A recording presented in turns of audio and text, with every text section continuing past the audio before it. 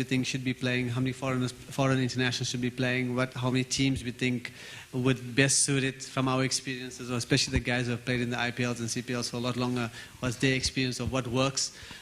So we've had our input into it, and I think the way CSA have eventually made it, I think it's been really exciting. The fact that we have a global league with different owners from around the world, for me, in my own heart, I'm feeling quite excited about it. I'm sitting at the table now at lunchtime.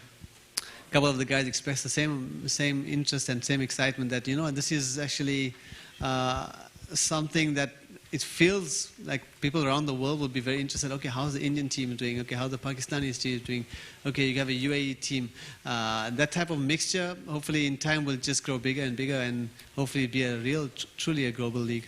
Just to let the media know, we do have a mic around, so we'll get a question from the mic. If you can just put your hand up. But the gentleman from the subcontinent, let's get a question.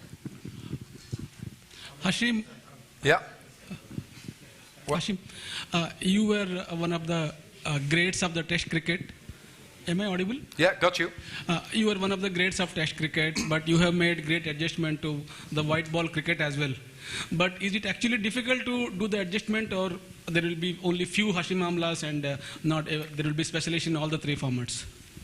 I think it's easier to go from Test cricket to make the transition from Test cricket to ODI and T20s. The basic of the game stays the same, as Quinton de Kock very eloquently told us earlier, see ball, hit ball. So it's definitely easier to go from Test cricket to the white ball format. I think as the years go by, you will see a lot more cricketers who are playing Test cricket who will find their niche in the white ball game. Because the basic is see ball, hit ball, but also in whichever style of cricket you have, you can be as efficient as possible. So I think you'll find a lot more coming up through it over the years. Farhad, both you and Hashim have mentioned Brendan McCullum, and you also mentioned the word fearlessness. Can we take it that you'll be going really hard for Brendan McCullum to win him in the draft coming up? Well, I don't know the CSL law, we have not been shared, but one thing let me tell you, one thing the Qalandars will bring to the tournament, and that is what we did yesterday. Fakhar Zaman was produced by Qalandars, and you see the world was surprised, the whole world was surprised what has been produced. We did 113,000 people, we did a trial back home in Pakistan, and we found some fascinating talent. One of the talents, you have seen it, and probably that is the Qalandars which will bring to the table, and it will be a very exciting thing for all the youth. Thank you. Final question here. Good afternoon, gentlemen. I guess it goes for both sides, from the player side and the owner side. The IPL concentrates on Indian audience. That's the main core of the tournament. And the rest of us watch from the outside as global citizens. I understand the magnitude of this league, but I think the most important thing is, for example, Durban. Durbanites need to own the team first. Like we know that in Durban, the Dolphins are the franchise that we all know about there. So how are you going to incorporate Durbanites and make sure that they love, own, and identify with the team firstly before we go outside the country? We have son of a soil. A Durban is sitting with us, and people will love him, and people love him. Let me tell you, he has a massive following in Pakistan, massive. And I'm so lucky to have him as our Qalandar, that Durban will love it. And we will see, as I said it, that we will go to the grassroots level. We will connect them the way we connected in our back home and country. So that is how first we will connect Durbans with the Qalandars, and they will connect globally. So this will be a big league. Thank you very much. Thank you, Fawad. Thank you, Hashim. Good luck with your combination. Good luck, Durban. Thank you very much. Next up, could you please welcome the Benoni Zalmi, Javed Afridi, and Quinton de Kock. Javed Afridi, who owns the Peshawar Zalmi, who won the second PSL in March in Lahore, and Quinton, who keeps it simple. Right, guys, okay, questions from the floor to Javed Afridi and or Quinton de Kock. Yeah, Firdaus. About some of the kind of logistics of how a good tournament works. You've played in quite a few tournaments. What were your suggestions? I mean, what is the ideal duration, number of teams, or just how do you like to see these tournaments played? To be honest, I think the way it's been done now is good enough. We've got enough teams and countless players who have put their name forwards to try and have the opportunity to play in these teams. Obviously, the more players that put their names forward, the better. Just creates more competition in the actual tournament. But so far, it's been perfect. I just wish this launch was back in South Africa, though. But otherwise, it's been perfect. Can I ask about the Zalmi brand?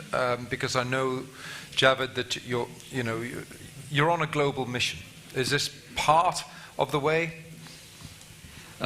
First of all, let me introduce how we come up with the Zalmi name and in Pakistan Super League, where actually we are participating, which area we are representing. It's called Peshawar, north part of Pakistan, and you won't believe it that from the last 20 to 30 years we are being traumatized from terrorism, and all the people over there, 70 to 80% being affected and influenced from terrorism. So we are in a very strange area, but I must say that with the spirit of this game, with the spirit of the cricket, Pakistan Super League come up with an idea that Pakistan Cricket Board and Pakistan Super League, they initiate this idea, and we come up with the same spirit that yes, these people, the area we belong from, they need something different, because the kids over there, as I mentioned, that they've been traumatized with this bad thing, and we need to present them in a different way. So that's why we come up with a name as well. It's called Zalmi. That the Zalmi means a passionate youth. In our language, it's called Pashto language. So this spirit has to go a long way. And same time, after this PSL, we established our Zalmi Foundation. And we have done a lot of developments over there with regards to the cricket, with regards to the social cohesion, with regards to the de-radicalization, with regards to the social activism in that area. And massive response we got it from different platforms, from different peoples. And I must appreciate all the international players who contributed in PSL and who played in Pakistan Super League. And they really motivate the vision and mission, the one we were getting it for Peshawar Zalmi. So same spirit, Alan, we will be getting it into South Africa as well. Benoni, of course, we were just discussing a few ideas that we will establish the same activities what we have done in Peshawar in Pakistan with the foundation. That Zalmi Foundation will represent all the area, all the major objective what we are doing over there in Pakistan. Inshallah, we will definitely do all the activities in South Africa as well in Benoni. Thanks very much. Ken? Javed, first of all, have you ever been to Benoni? And then secondly, if no, there are a couple of you guys from the Pakistan Super League who've invested in the South African League. Do you guys see it as an opportunity to actually maybe increase the sort of following of the Pakistan Super League back home? Very much right. Yeah, I've been to South Africa, I've been to Benoni, and I've been to major cities in South Africa. And as I mentioned earlier, that same time, like we represent with the brand name of Zalmi. So Benoni is almost 60 to 67% is populated with youth, and we'll definitely work on the youth over there as well. And yes, the fan following what we have, we are the most, the biggest fan following franchisee in Pakistan, and all the people are so much excited. You won't believe it, the response what we got it just right now, and we were just discussing, I was just discussing with one of our colleague from Lahore, Qalandar, that the spirit what we have, and for Pakistan Super League, the two brands, Qalandar and Zalmi, portray the real image of Pakistan in a soft and a better way. So same time, yes, this message is very much important, that we come up with 3 words only: passion, passion, and just passion. So we have to take it all along the way, inshallah. Any more questions? I think we've got 5 minutes. I think nicely done, fellas. Thank you very much. Javed Afridi and Quinton de Kock from Benoni Zalmi. Thank you very much, gentlemen. Next up. de Villiers and No. Osman. No, we've got a little change there, Crystal. We've got Cape Town, we've got Venki Mysore and JP Domini. It's just been, they're not ready yet. JP? Yep. Yeah. Venki? All the best lines from Shah Rukh Khan coming up. All right, so Cape Town, the owner is Shah Rukh Khan, represented by Venki Mysore. It's the Knight Riders, Kolkata, Trinidad, and of course now Cape Town. So questions please to JP and Venki. Yep. Venki, my name is Shomitra Bose. I am from Hindustan Times, Delhi. I'm a Calcuttan as well. So JP plays in the IPL, he's a veteran. And considering the fact that next year in IPL it's going to be an open auction, can we see JP Domini in KKR? Ah. Great question. I didn't hear what you said. No, he's asking about being KKR. No, what is that? Great answer. You know, I mean, see, obviously what we have tried to do in building our business and our brand is in IPL and in CPL and now the Global League.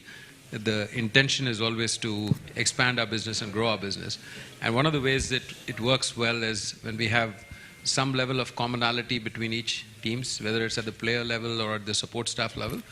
But having said that, you know, we managed to do some of that in between KKR and TKR in CPL, Trinbago Knight Riders. But each league has its own system of drafts and auctions and whatnot. So we'll have to see whether some of the stars align for us to get some benefit out of that. So we'll wait and see. Yeah. JP? Sorry? Would you like to play for KKR? I think That's a politician's start. Well done. the best answer to give, I would like to play in the IPL. And I think whoever picks me up next year, if that's at all possible, you know, I would represent them as best as I can. I've had a great opportunity to play for various teams, and you know, if KKR are interested and I end up playing for them, then I'll definitely give my best for the team. Good question, though. Produce.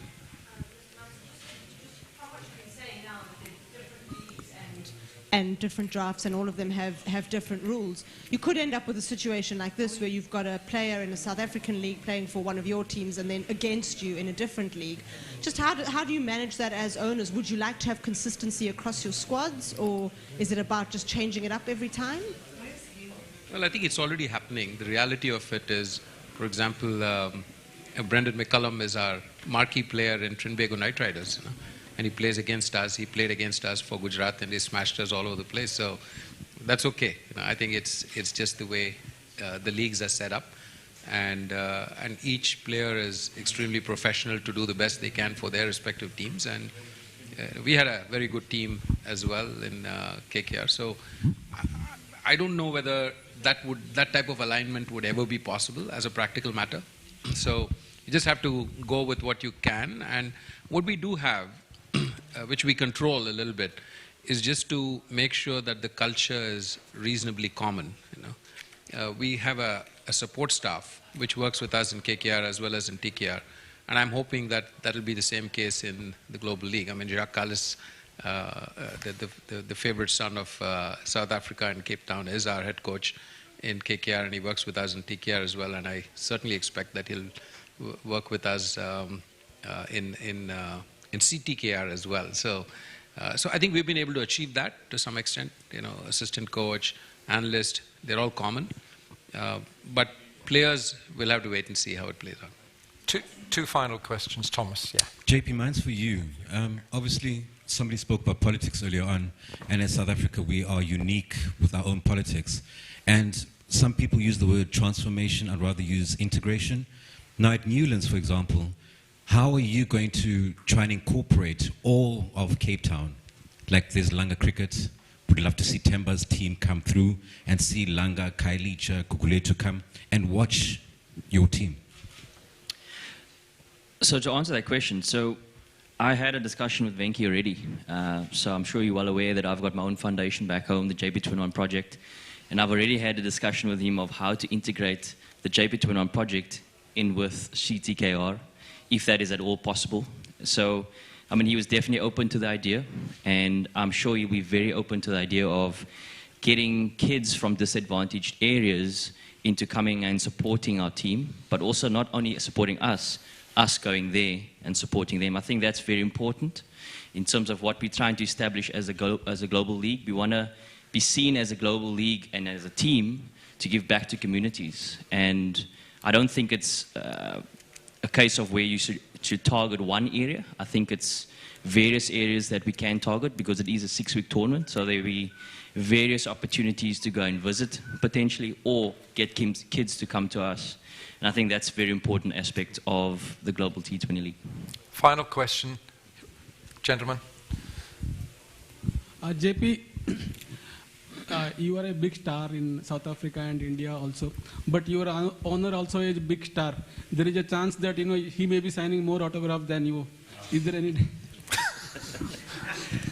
I'm pretty happy with that, to be honest. As I said earlier, when I was up on stage, I said that I've had some involvement with Shah Rukh Khan, and he's a global superstar. And for me to be a part of his team is a great honor. And I certainly look forward to the involvement that I would have, and I'm pretty comfortable with him signing more autographs than I do. Sorry, Faf. Well said. Thanks, ladies and gentlemen. Thank you. So, thanks, JP. Venki, regards to Shah Rukh. Yes, indeed. And good luck to the Knight Riders of Cape Town. Next up, could we have Faf du Plessis come to the stage? He, of course, is with the Stellenbosch franchise and owned by Brimstone, with Mushtaq Bray not able to be with us. Faf is handling it solo, so be gentle. Faf du Plessis. From the wine growing area of Pretoria to Cape Town. Okay, we welcome questions. Okay, Faf du Plessis. Lloyd.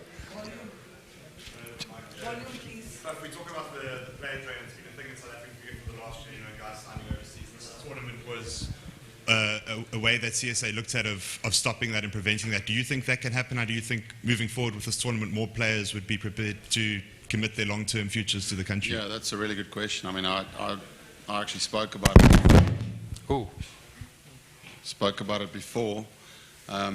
Obviously, when the cold pack thing started happening in South Africa, it was quite important that South Africa looked at different ways to try and keep players in the country. And I think this is a huge step towards that. I think players don't have to look outside anymore.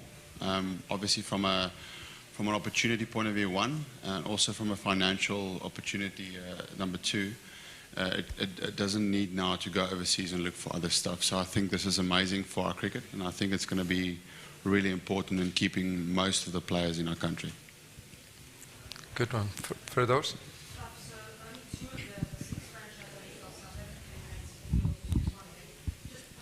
How important is it that there's some local flavour, but also, I mean, just local versus foreign investment? Yeah. How do you view that? Look, it's really important to have local investments, as you said. Just the interest in obviously from a South Africa point of view, but also the foreign opportunities and investments they bring into the country, that will bring in a much bigger audience. And as everyone's been spoken about, you'll have all of a sudden there'll be a huge following of Pakistan, the country itself, in South Africa. I mean, there's always been a big interest, I think, from the Indian people, especially with the cricket that we play, and there's a lot of South Africans playing in the IPL. But I think what it creates now, it will put a much more of an emphasis on cricket in South Africa, and especially the domestic players. I feel they've been possibly underlooked at times, and you always just get your international players getting good opportunity everywhere in the world. But this will be a great opportunity for them to put their names out there to the world, and somehow try and get into the IPLs. If you look at the Australian system, there's a lot more players that get picked up from their domestic system into the IPL, and that's because of obviously the TV and the the exposure that they get from a big bash. So certainly this will be exactly the same. Melinda? The cricket calendar gets ever more crowded, and the time of year that it's on, obviously it's going to be competing with Australia's home season and these India series as well. How much of an impact do you think you can make with so much noise, I guess, having that around the world, and also the effect on player availability sort of from now and in the future from other countries coming in? Yeah, that will be the challenge, as is the challenge with international cricket now as well, as there's a lot of games that's been played through the season. I think the great thing now is you're starting to see that different T20 leagues are taking up different gaps in the year. Obviously, current international players can't participate in all of them. It's just not possible. But what that creates is it brings in your ex-players, as Brendan talked about, the mercenaries. They'll be going everywhere across the world, and that's great for the game. Certainly South Africa is no different to any other place. The fans would love to see Brendan McCullum, Dwayne Bravo, Kieran Pollard, all those guys playing on our shores. And I think the biggest thing for us is that for the first time, our national players will be available to play a whole competition. That's never been the case. We've always come back from long tours, and there was a lot of important cricket coming up, so we're not always available to play as much domestic cricket as perhaps was needed, and this gap creates that. So for the whole South African team to be available to play in this tournament is the most important thing. Thanks, Faf. I think we're just about done. Was it a quick question for those? Quick one? Is there a problem with player fatigue? Is there not a concern with fatigue? You're mentioning that the gaps could fill a whole year now, basically. Yeah, see, if you're playing international cricket, obviously you don't have the opportunity to go and play in those tournaments. So player fatigue would be coming versus international cricket, obviously coming back into a tournament like this. But if you look into the next 5 or 6 months, there'll be a sufficient time for players to have a bit of rest. After the England series, there's a bit of a gap. Then we've got Bangladesh coming over, and then it's the T20 league. So I think for this year, that shouldn't be a case. But obviously, every year would be different in the schedule and how many games we play. Thank you. Is it a short one? Last one. This gets me concerned about Test cricket now, because I never thought AB would say, I don't want to play Test anymore. Let me guess, you next, right? Workload. No, I'm still very focused on playing Test cricket. For me, that's obviously really important. I mean, every guy is different. AB will have his own reasons for not playing Test cricket, and that will be for doing a huge service for South Africa the last years and wanting to spend some time with family. For me now, it's personally, I'd still like to play Test cricket for as long as possible. And the fact that the T20 Global League is there, or that all the other tournaments around the world is there, doesn't change that. The important thing is there's a gap for us to play in it.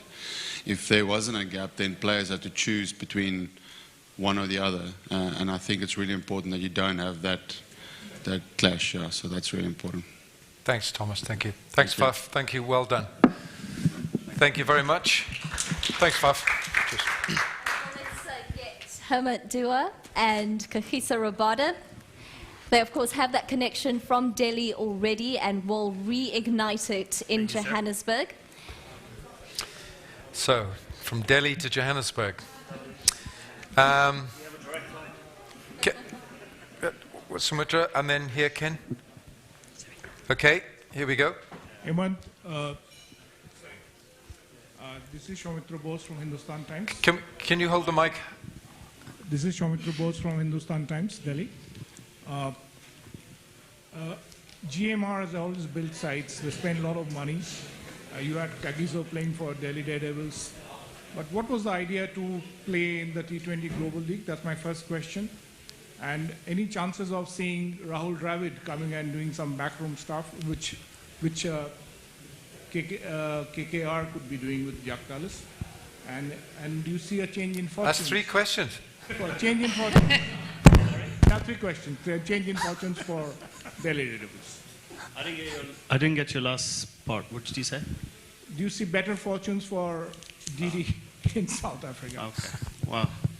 Well, why are we here? I think it's very simple. I mean, like, you want to build a sports business, and South Africa, we have a great history.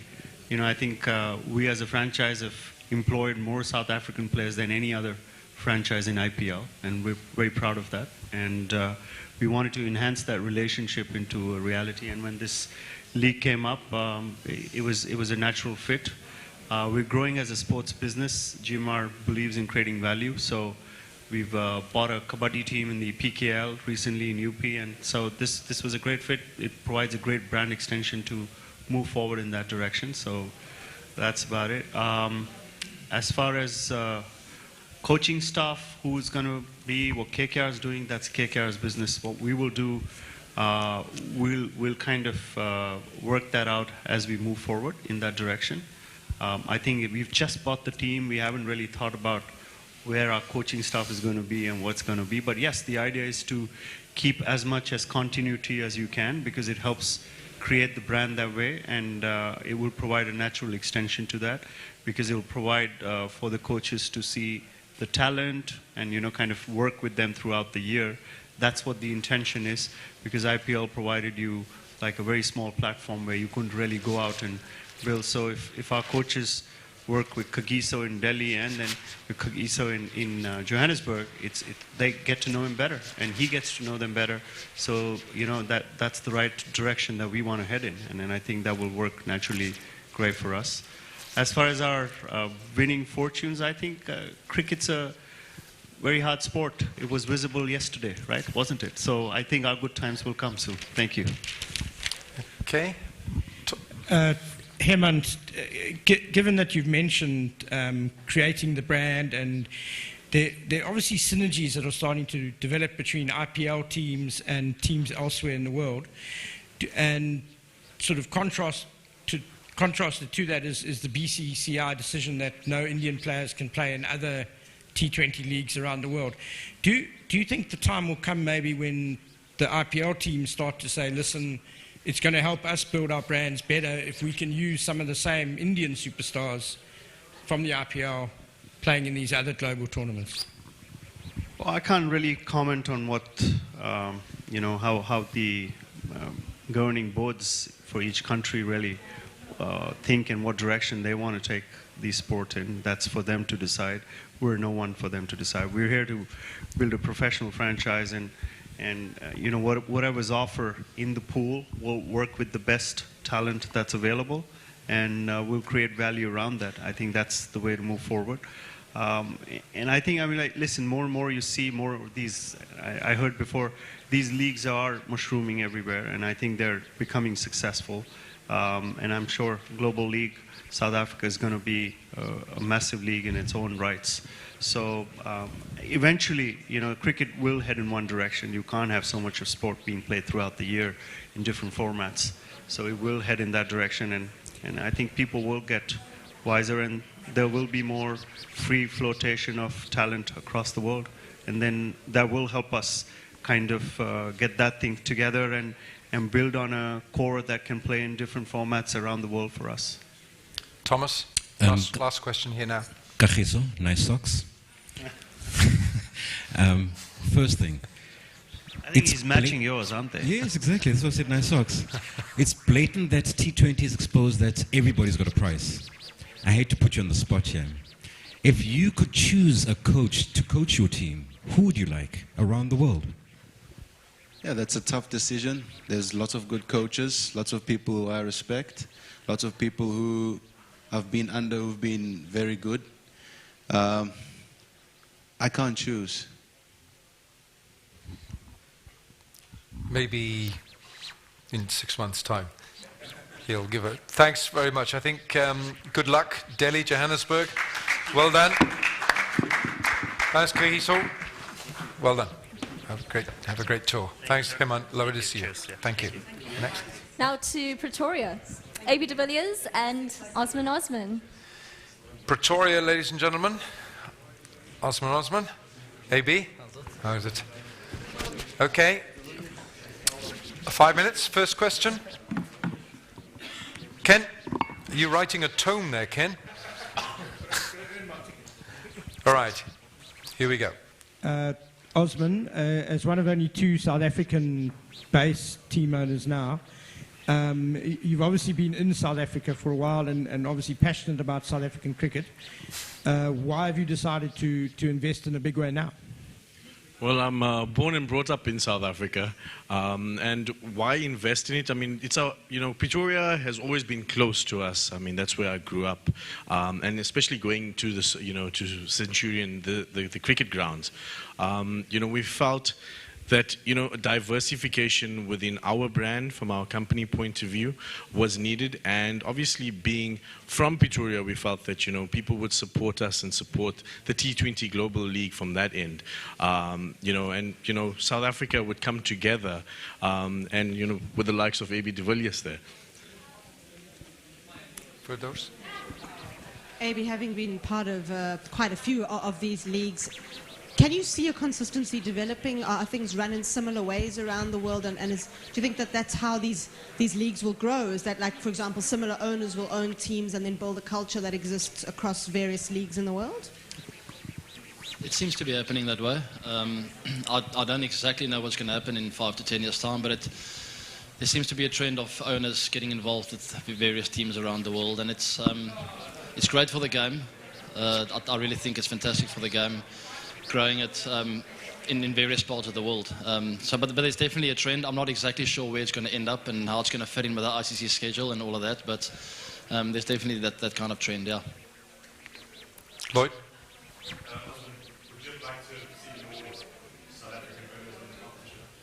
Being part of this and going through the whole process, you needed to have the appetite for it. I think the fit that we have now is ideal because you're bringing on experience of other team owners, from across the other leagues, which we need. And definitely, I think, there was 11 stadiums put out there. So, CSA is probably going to, in time to come, there is going to be other opportunity. But I think, it's a learning curve for us and for us to be learning from, the other team owners, because we're new into this whole, cricket. It's ideal the way that things have panned out.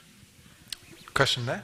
Mr. Osmond, my name's Telford Vice, I write for the Sunday Times and the Times Media Group. Can I ask you, how do you think this league is going to set itself apart from the leagues that are already up and running? Because already you see the same old names playing in the same old competitions. How's this one going to be different?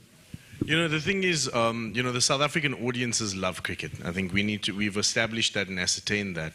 And something like this coming to South Africa, it's for the audiences there.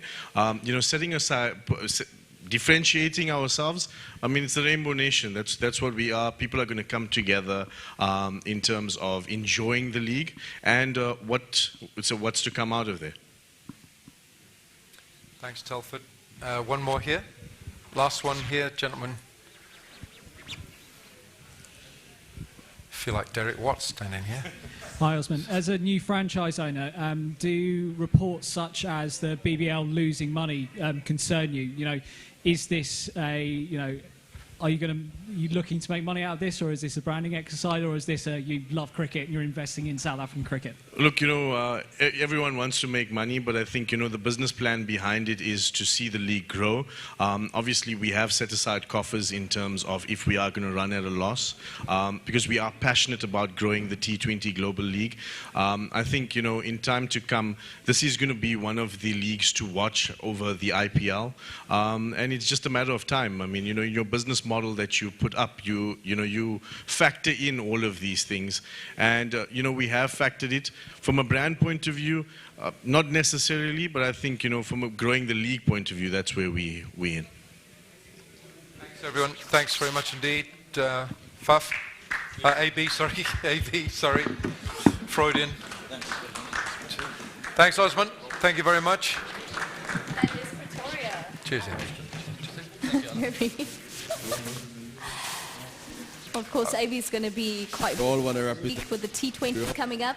Let's call Port Elizabeth up, Imran Tahir and AJ Sethi. Imran and AJ Sethi from Dubai, the Channel 2 group. Also, Ajay has been broadcasting cricket across the world on cricket radio in conjunction with TalkSport Radio in this country, the ICC Champions Trophy. Ajay's company, I believe, has the global rights, radio rights. Yeah, for next 10 years. For the next 10 years. So I think the message is a global message, certainly from a broadcasting point of view on cricket radio, which is a global radio service in sport and certainly cricket. Am I right there? Yeah, that's right. And we also have a video clip rights from ICC for the next few years for South Africa and Africa, Sub-Sahara, and many other territories in the world. So will there be from your point of view, a business interest in this T20 Global League?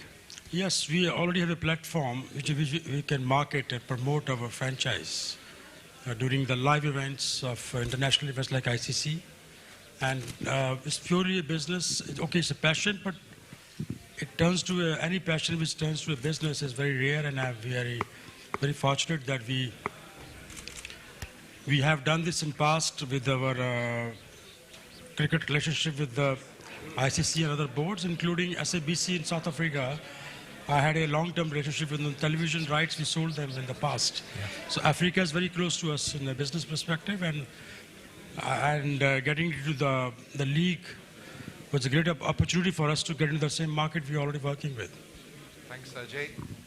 Questions to Ajay or Imran for the Port Elizabeth franchise? Imran's new celebrations for those?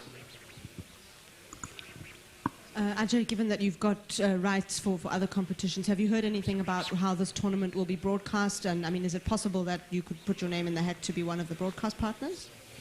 I think it's a different process because there must be a bidding process. The league will decide, I'm sure there is broadcast deals in place or they're coming up. That's the league has to decide and disclose. But if it's available to my company to bid, I will definitely like to look into this. Any question for Imran? Any more questions? Yeah, one, Ken. Ken? Yeah. Imran, you've played in quite a few franchises around the world and teams. Never the Warriors, never Port Elizabeth. It's quite ironic that you're now going to add another one to your list. Yeah, look, I'm really excited about it. I think the reason I played for so many teams, wherever I went and play, I enjoyed my time. And like I said, I'm really looking forward for the new team. And I really hope that we can make as a Protea players and all the marquee players international to this league, the best league in the world. And, we can give as best as we can and promote this well to the world and show that what South Africa is all about. And yeah, look, I'm really looking forward for it. And thanks to the people, all the owners here today to invest their money and trust it in South Africa. Just a question for Ajay. Ajay, what do you really like about Imran Tahir as a T20 player? Why were you so invested in going for his team and his venue? I think Imran Tahir, before I think being his skill and talent, I think is a great human being. I think I'm very happy to be him as my marquee player. And same time, he's world's best T20 bowler. So I couldn't have asked him more than that. And great person to meet and create a relationship with him will be my goal and I think we'll work together. And maybe a great advisor for me. Thank you very much, sir. Very kind of you. You've known each other for years. Yeah, that's right. Ajay, Imran, good luck. You're in the friendly city of Port Elizabeth. Ajay, look, seeing you. Thank you. And finally, ladies and gentlemen, David Miller, Sushil Kumar, Bloemfontein. Bloemfontein.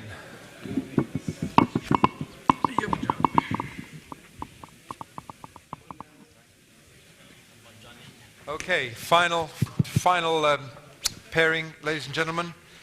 Ken, sure you'd like to start.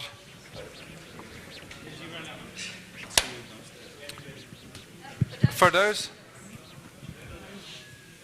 Sushil, just to ask you, Cricket South Africa have had transformation targets in place in the domestic competitions, but as we understand it, they won't apply to this league. Was that an important factor for you when you thought about investing, and what is your commitment to development in South Africa? The very fact that we had chosen Bloemfontein was primarily to bring Bloemfontein to the cricketing map of the world. That was the primary concern. And there was no issue about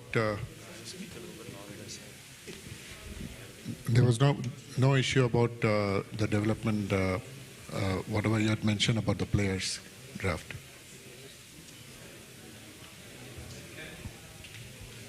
David, you obviously play for the Knights, based in Bloemfontein now, but was part of you gunning for the Durban post? Yeah, I've only had one season with the Knights and really enjoyed it, but obviously grew up in Durban. It's a place that I really, really enjoy, close to my heart, but I have moved on and really enjoying Bloemfontein, what it's added to me with my career. So I'm looking forward to this tournament, and yeah, I mean it's going to be a good spot. So we only play half the games there, and the other half are around the country. So it's much of a match just for everyone. More for your dollar in Free State, Ken.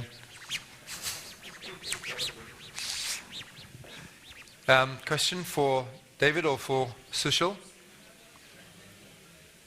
Well, I'll ask David one because David, you played in the IPLs of the world, all these leagues. What, if there's anything that it does teach you as a cricketer, what does it do for you?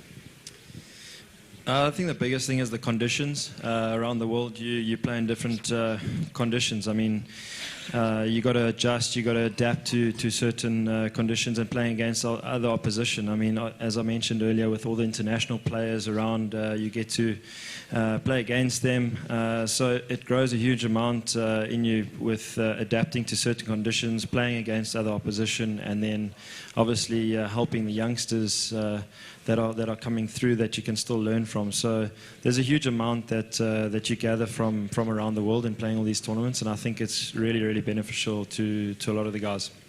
Sushil, can I ask you, I mean, I know that recently the Hong Kong T20 cricket, I think that got underway a little bit March, I think it was. Is there anywhere in your thinking that you could perhaps have a T20 tournament in Hong Kong with the expats and bring the David Millers and the AB de Villiers and the Faf du Plessis, Kagiso Rabadas there to Hong Kong? We already had this. We have been having the T20 league since the last 2 years. And last year we were actually gunning for a couple of South African players, but they were having a bilateral series. So that was the reason they were not available. So in fact, there was no South African player who played in that league. Okay, so maybe the future. But definitely in the future. Definitely. Hong Kong, yeah, great city. Yes. The dollar doesn't go far there, though. Any more questions for Sushil or for David? If not, then we'll just about close the stumps. Umpires have called time. Thanks, David. Thanks, Sushil. Thank you very much indeed. Over to you. Oh, we now have the... do we have the 4 marquee players? Okay. So I think what we're hoping to have the 4 international marquee players, Pollard, Bravo, Peterson and McCullum. We're just waiting on that. Is that happening?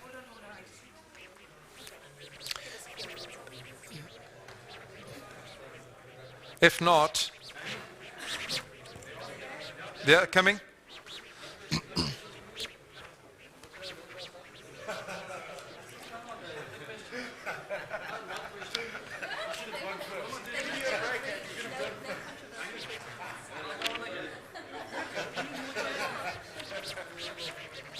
The international marquee players will be allocated to teams on the 19th of August. 19th of August. In the players' draft. Thanks, Dwayne. Okay, we got Kyron Pollard, Dwayne Bravo, and KP. Is he around, boys? Okay. All right. quick couple of questions for Kyron or for Dwayne Bravo. Ken?